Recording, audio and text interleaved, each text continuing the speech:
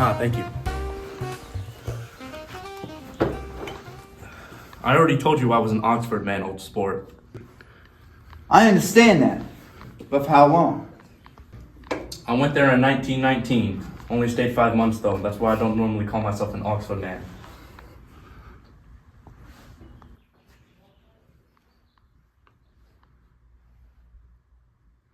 It was a thing they offered to us officers. I wanted to get up and pat Gatsby on the back. I had a reassurance of complete faith in him. Open the whiskey, Tom. I'll make you drink so you don't think yourself stupid. Now wait a minute. I just want to ask one more question, Mr. Gatsby. Go ahead. What kind of row are you trying to cause at my house? They were finally out in the open, and Gatsby looked content. He isn't causing a row. You are. Have a little self-control. Self-control? I suppose the best thing is to sit back and let Mr. Nobody from nowhere make love to my wife. Well, if that's the idea, count me out. Nowadays, people begin by sneering at families. Next thing you know, they'll be throwing everything away and having intermarriage between black and white. Flushed with bigoted opinions, he realized he was alone in this world.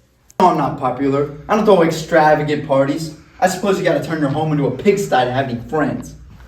Angry as we all were, I was tempted to laugh whenever he spoke. The switch from morality to superiority was comical. Well, I've got something to tell you, old sport. Please stop. Let's just go home. Come on, Tom, let's just go home. Nobody wants a drink. No, I don't want to hear what Mr. Gatsby has to say.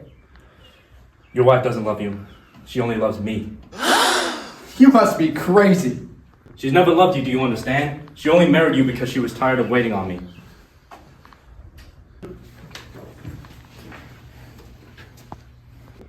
Sit down.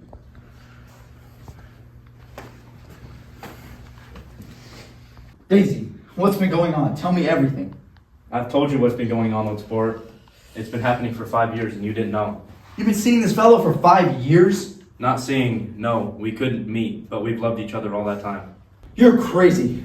I'll be damned if you got within a mile of her. Unless you brought the groceries into the back door. All the rest, that's a goddamn lie. Daisy loved me when she married me and she loves me now. No, she doesn't. She does, though. Sometimes she gets these ideas in her head. She doesn't know what she's doing. Now, I love her too, but I'll admit I go on a little spree sometimes and make a fool of myself. But in my heart, I love her. You're revolting. It's okay. Do you know why we left Chicago? I bet you didn't know about that spree. Daisy, it's all over now. It doesn't matter. Tell him you never loved him. It's all wiped away. How could I ever love him? You never loved him. I never loved him. Not at Capilani? Not the day I carried you down from the punch bowl to keep your shoes dry? Daisy? No, never. There, Jay.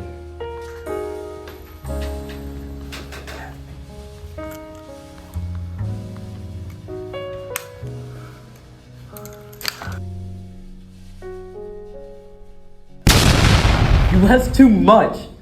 I love you now. Isn't that enough? I can't help what's past. I loved him once, but I loved you too. You loved me too. Even that's a damn lie. She didn't even know you were alive. There are things between me and Daisy that you'll never understand. Things we'll never forget. I want to speak to Daisy alone. She's all overwhelmed now. Even alone, I could never say that I didn't love Tom. It wouldn't be true. Of course not. As if you care. Of course I do. I'll take better care of you from now on. You don't understand. You're not taking care of her anymore. I'm not? And why's that? She's leaving you. Is she now? I am, though. No, you're not. Certainly not for a commoner who'd have to steal the ring you put on her finger. I can't take this anymore. Please, let's get out of here. Who are you anyhow? You're one of Meyer Wolfsheim's fellows. That much I happen to know. I've made a little investigation into your affairs. You can treat yourself to that, old sport. He and this Wolfsheim fellow, they bought up a lot of drugstores and sold grain alcohol over the counter. What about it? I guess your friend Walter Chase wasn't too modest to join me in my affairs. You left him in the lurch, didn't you? You let him go to jail for a month. You ought to hear what that man thinks of you. He came to us broke. Dead broke. He was more than happy to take some money, old sport. Don't you call me old sport. Walter could have put you in jail too, but Wolfsheim scared his mouth shut. That drugstore business was just small change. Now you got a new thing that Walter's afraid to talk about. He looked, and this is said in all contempt. Gatsby looked as if he had killed a man. For For a moment, his face could be described in a fascinating way. Please, Tom, I can't stand this anymore. You two start on home in Gatsby's car. Go on. He won't annoy you. I think he knows this little fling is over with. Daisy. Daisy! Want any? Jordan? Nick?